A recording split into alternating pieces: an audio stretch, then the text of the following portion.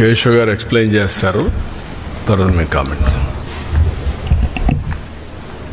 తీసుకుంటారా కేశవ్ గారు? సరిపోతుంది. అందరికీ నమస్కారం.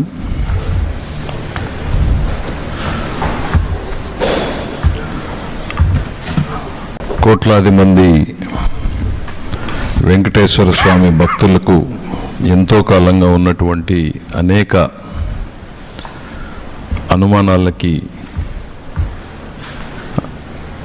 విపరీతంగా చర్చ జరుగుతున్నటువంటి తిరుమల తిరుపతి దేవస్థానం ప్రసాదమైనటువంటి లడ్డూలో ఉపయోగించేటువంటి నెయ్యి, దాంట్లో జరిగినటువంటి కల్తీ గురించి కొన్ని వాస్తవాలు ప్రజల ముందు పెట్టాలనేటువంటి ఉద్దేశంతోనే ఈరోజు ఈ కొన్ని విషయాల్ని ప్రజల ముందు పెట్టడం జరుగుతోంది.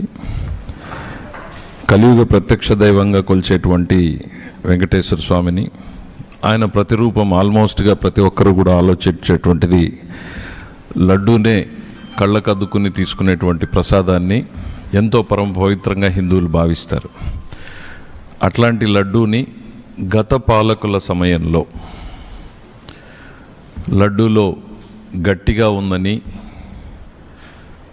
దాంట్లో ఎప్పుడూ ఉండేటువంటి సువాసన రావడం లేదని, త్వరగా పాడైపోతుందని, రుచిలో మార్పు ఉందని అనేక విషయాల్ని పత్రికలు రాశాయి, భక్తులు చెప్పారు, ధర్మకర్తల మండలి దృష్టికి కూడా తీసుకుపోవడం జరిగింది. 2023లో అనుకుంటా అప్పుడు ఉన్నటువంటి ధర్మారెడ్డి గారి దృష్టికి పోర్టులో ఉన్నటువంటి కార్మికులు కూడా ఇది నెయ్యి అసలు పేరుకోవడం లేదు, నూనెలాగా జారిపోతూ ఉంది, దీంట్లో ఆ లక్షణాలు లేవు అని అంటే ఇది ఆర్గానిక్ నెయ్యి అలానే ఉంటుందిలే అని చెప్పినట్టు మన దృష్టికి రావడం కూడా పత్రికల్లో మనం అందరం చదివిన విషయాల్ని గుర్తు చేస్తూ ఉన్నాం. కొన్ని ఆ సందర్భంలో ప్రభుత్వం మారడం, చంద్రబాబు నాయుడు గారు ముఖ్యమంత్రి కావడం, ఎన్డీఏ కూటమి అధికారంలోకి రావడం, వచ్చిన వెంటనే ఆయన తీసుకున్నటువంటి ఫస్ట్ 2 డెసిషన్స్, ఆయన ఫంక్షన్ చేయాలి, ఆయన కార్యక్రమాలు ప్రారంభించాలి అని అంటే ఆయనకు ఒక కార్యదర్శి ఉండాలి కాబట్టి ఫస్ట్ రవిచంద్ర గారిని అపాయింట్ చేశారు. రెండవ నిర్ణయం ఆయన తీసుకున్నటువంటిది ఏంటి అని అంటే, ఏదైతే తన భక్తుడిగా ఆయన మనసుకు దగ్గరగా ఉండేదో, వెంకటేశ్వర స్వామి భక్తుడిగా అప్పటిదాకా జరిగినటువంటి చర్చని, వాస్తవాల్ని తీసుకురావాలి, ప్రజల్ని ప్రక్షాళన గావించాలనేటువంటి ఉద్దేశంతో తిరుమల తిరుపతి దేవస్థానం ఈవోగా ఆ రోజు వారు శ్యామలరావు గారిని నిర్ణయం తీసుకొని పంపించడం జరిగింది.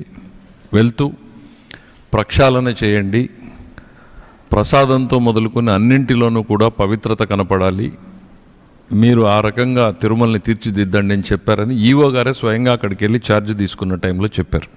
అంటే very simple straight forward direction ముఖ్యమంత్రి గారు ఇచ్చింది తప్ప వేరే ఏం కాదు. ఆ దిశలో ఈవో గారు ఆయన విధి నిర్వహణ కర్తవ్యంలో భాగంగా ఒక మంత్లో వచ్చినటువంటి 4 ట్యాంకర్లు సప్లై జరిగినప్పుడు ఆ నెయ్యి శాంపిల్స్ని తీసి NDDB national dairy development board కాఫ్కి శాంపిల్స్ పంపించడం జరిగింది.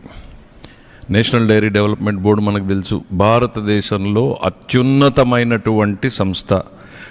ఇట్స్ మదర్ ఆఫ్ డైరీస్ అని చెప్పొచ్చు, మదర్ ఆఫ్ డైరీ టెక్నాలజీ అని చెప్పొచ్చు.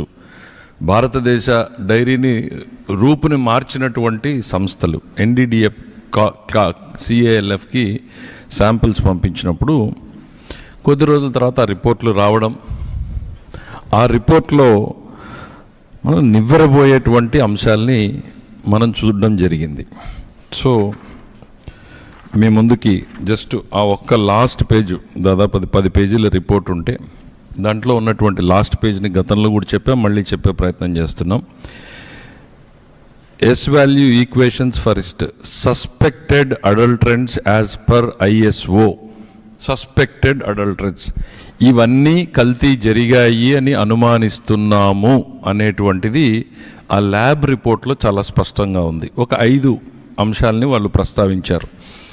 5 అంశాల్లో మొదటి అంశం ఏంటంటే సోయాబీన్, సన్ఫ్లవర్, ఆలియల్, rapeseed, linseed, wheat germ, maize germ, cotton seed, fish oil, ఇది number 1. Number 2 coconut oil, palm kernel oil రెండవది. మూడోది palm oil and beef tallow. నాలుగవది లార్డ్, అదర్ది టోటల్ అని పెట్టారు. సో అంటే NDDB కాఫ్ ఏదైతే భారతదేశంలో డైరీ డెవలప్మెంట్లో అత్యున్నత స్థానంలో ఉందో, పరీక్ష చేయడానికి అత్యున్నతమైనటువంటి టెక్నాలజీ రీసెర్చ్ ఇన్స్టిట్యూట్లో 4 శాంపిల్స్లో ఈ 4 వెజిటబుల్ ఆయిల్స్తో పాటు జంతు కొవ్వులు కూడా ఉన్నాయి అనేటువంటి నివేదికని బహిర్గతపరచడం జరిగింది. అది గౌరవ ముఖ్యమంత్రి గారి దృష్టికి రావడం, వారి మనసులో ఉండడం, NDA శాసనసభ్యుల సమావేశం జరుగుతున్నప్పుడు ఒక ఆవేదనతో గౌరవ ముఖ్యమంత్రి గారు దాన్ని శాసనసభ్యుల ముందు పెట్టారు. గతంలో ఈ రకంగా జరిగింది, మనం ప్రక్షాళన చేస్తున్నామంటాం. ఆ తర్వాత పెద్ద చర్చనీయాంశం కావడం, ఆయనకు ఒక భక్తుడిగా ముఖ్యమంత్రిగా, భక్తుడిగాను బాధ్యత, ముఖ్యమంత్రిగాను ఆయన బాధ్యతది ప్రజల ముందు పెట్టాల్సినటువంటి బాధ్యతని అదే ఆయన నిర్వర్తించారు. అందులో ఆ రోజు ఉన్నటువంటి రిపోర్ట్ని ప్రజల ముందు పెట్టారు ఆయన. అనంతరం జరిగినటువంటి పరిణామాలు ఏంటి అనేటువంటిది మనం చూసాం. సెప్టెంబర్లో తిరుపతి ఈస్ట్ పోలీస్ స్టేషన్లో ఈ NDDB రిపోర్ట్ ఆధారంగా ఇదిగో కల్తీ జరిగింది అనేటువంటి కేసుని అక్కడ ఉన్నటువంటి ప్రొక్యూర్మెంట్ GM కేసు రిజిస్టర్ చేయడం, ఆ రిజిస్టర్ని దర్యాప్తు చేయడం కోసం సిట్ని ఏర్పాటు చేయవలసిందిగా ప్రభుత్వం ఆదేశాలు ఇవ్వడం జరిగింది. అయితే దాంతో కలత చెందినటువంటి గత తిరుమల తిరుపతి దేవస్థానం మాజీ చైర్మన్ సుబ్బారెడ్డి గారు సుప్రీంకోర్టుని ఆశ్రయించడం, సుప్రీంకోర్టులో వాళ్ళ వాదనలు విన్న తర్వాత దీంట్లో ఇంకో 2 సభ్యులను యాడ్ చేసి ఇది CBI ఆధ్వర్యంలో చేయాలి అని చెప్పడం మనం అందరికీ కూడా తెలిసిందే. ఈ ఇన్వెస్టిగేషన్లో భాగంగా అనేక అంశాలు ఇప్పటికే ప్రజల ముందుకు రావడం జరిగింది. ఒకవైపు ఈ సిట్ ఎంక్వైరీ తర్వాత ఒకటి ఛార్జ్షీట్ ఫైల్ చేయడం, సప్లిమెంటరీ ఛార్జ్షీట్ ఫైల్ చేయడం, ప్రభుత్వానికి ఒక ప్రత్యేక నివేదికని ఇదిగో ఇందులో జరిగిన తప్పులు ఇవి, వీళ్ళ మీద అధికారుల మీద లేకపోతే బోర్డు సభ్యుల మీద మీరు చర్యలు తీసుకోండి అని ఒక నివేదికని, తిరుమల తిరుపతి దేవస్థానానికి భవిష్యత్తులో జరగకుండా ఈ రకంగా నివారణలు చేయండి అనేటువంటిది ఒక సలహా ఇవ్వడం జరిగింది. తెలియక చేసేదాన్ని పొరపాటు అంటాం, తెలిసి చేసిన తప్పుని నేరంగానే పరిగణించాలి. చాలా థిన్ లైన్ ఉంటుంది డిఫరెన్స్. ఇక్కడ ఏదైతే జరిగిందో ఇందులో ప్రతి ఒక్కరూ కూడా తెలిసే జరిగింది, తెలియక జరగలేదు. ఇది మనం ఆరోపణ కాదు, బేస్డ్ ఆన్ ఎవిడెన్స్.